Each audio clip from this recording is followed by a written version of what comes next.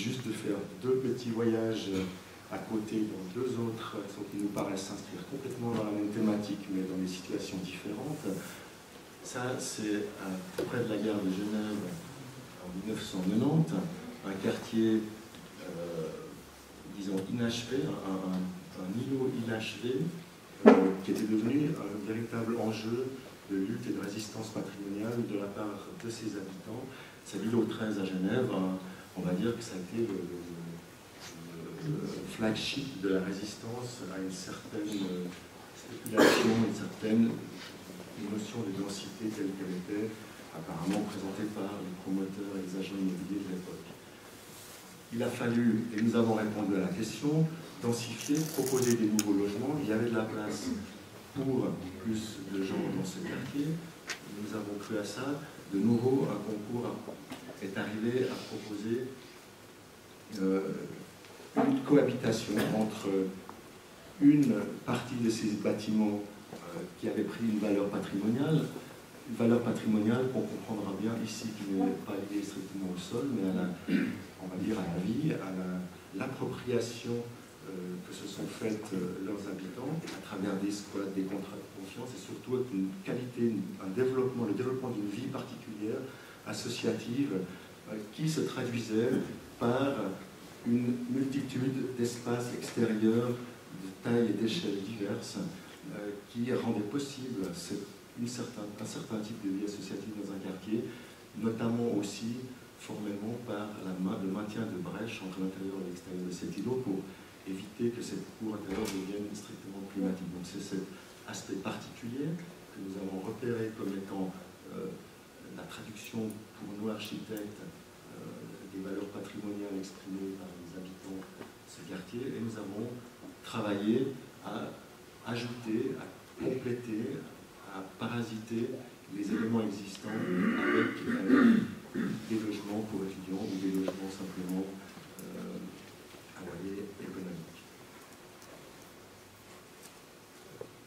Avec ici simplement le plan qui résume la prolongation, la continuité de cette idée de traduire par une série de cours successives et d'échelles variées les qualités relevées de ce lieu, donc de densifier tout en pensant, en proposant de maintenir l'essentiel des qualités défendues et prolongées par les habitants de ce lieu. Dernier exemple, ça c'est tout récent. Une autre valeur patrimoine à laquelle on se heurte quand on parle de densification, c'est la zone villa, bien entendu.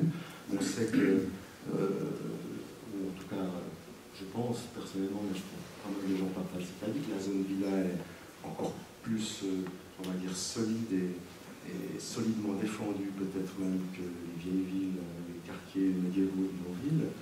Donc c'est aussi une valeur, on peut l'appeler patrimoniale ou pas, mais c'est une valeur à laquelle on doit s'opposer, avec laquelle on doit travailler si on entend densifier.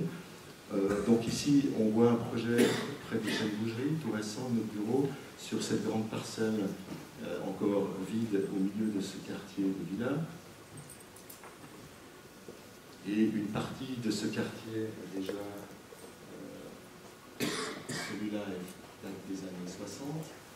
Et ici, une partie de ce quartier est déjà en phase de commencer à être construit. Restait cette petite pièce ici à densifier.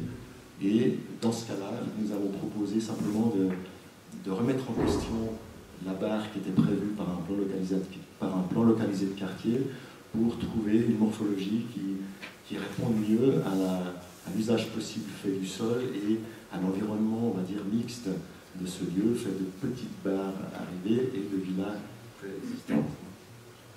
Voilà, en résumé, quelques images. Je ne vais pas m'étendre sur le détail de ce projet qui est tout neuf.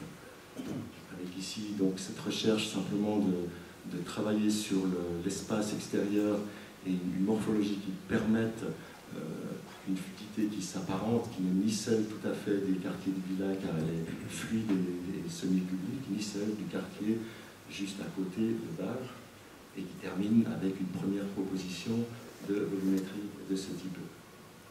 Voilà, je vous remercie.